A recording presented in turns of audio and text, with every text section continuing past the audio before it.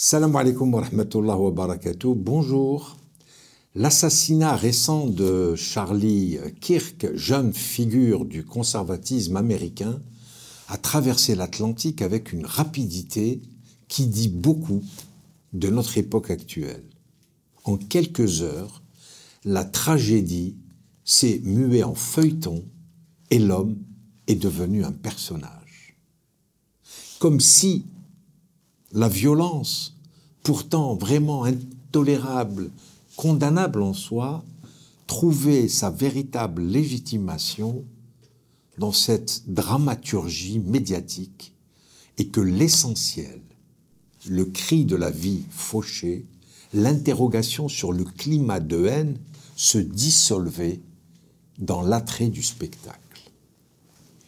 Or, ce qui devrait nous alarmer davantage, à mon sens, c'est le miroir que cette affaire tend à notre société. En France, véritablement terre de débat, nous semblons de plus en plus enclins à importer des figures étrangères et à acclimater des idéologies dont les fondements mêmes contredisent nos principes.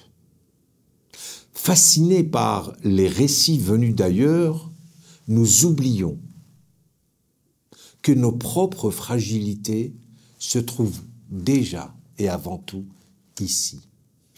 Dans la montée des discours de rejet, dans la banalisation de la haine, dans l'épuisement du vivre ensemble. La dernière enquête de l'IFOP commandée par la Grande Mosquée de Paris en témoigne. Les fractures identitaires, religieuses et idéologiques s'approfondissent. La confiance entre les différentes communautés s'effrite. L'agression antisémite survenue il y a quelques jours à hier, où un homme portant la kippa a été battu et menacé de mort. Ce qui rappelle avec effroi que la haine ne se nourrit pas seulement de grandes figures médiatisées, mais qu'elle s'enracine au quotidien dans nos rues. Oui, au quotidien, dans nos écoles, dans nos quartiers. Cette haine prospère chaque fois que l'on abdique devant la facilité des stéréotypes. Chaque fois que l'on préfère l'indignation théâtralisée, il faut le dire, à l'examen lucide des causes, de ces causes dans leur profondeur. Nous, croyants et citoyens, savons pourtant une vérité extrêmement simple. La liberté des uns s'arrête là où commence celle des autres. C'est là le véritable socle du pacte républicain. Mais ce socle se fissure dès lors qu'une religion, une identité, une idéologie prétend se déployer au détriment de toutes les autres. Le rôle de l'espace médiatique dans ce contexte est immense. Il peut soit alimenter les emballements, soit rappeler avec constance que la République ne se confond pas avec une arène, mais avec un cadre où chacun trouve sa place, sans menace, sans peur et sans représailles. En tant que recteur de la Grande Mosquée de Paris, je vous avoue mon inquiétude, car lorsque la violence devient matière à série, lorsque l'idéologie se travestit en fascination, nous perdons notre capacité à nommer le mal pour ce qu'il est.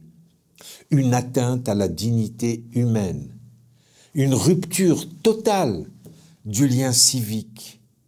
Le danger, aujourd'hui, est moins dans l'Amérique que dans l'effet d'importation, dans l'illusion que ces modèles extrêmes pourraient devenir des réponses pour nous.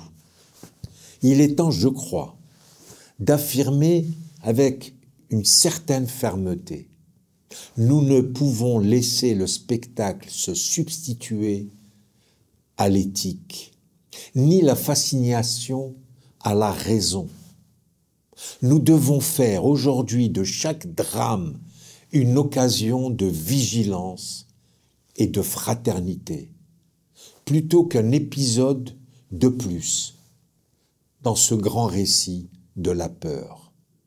La mémoire de ceux qui souffrent de la haine antisémite, islamophobe, raciste ou idéologique nous enjoint de rester fidèles à une exigence peut-être simple, mais ô combien immense: préserver la République comme espace commun, où la dignité de chacun est inviolable et où la pluralité n'est pas une menace, mais plutôt une promesse.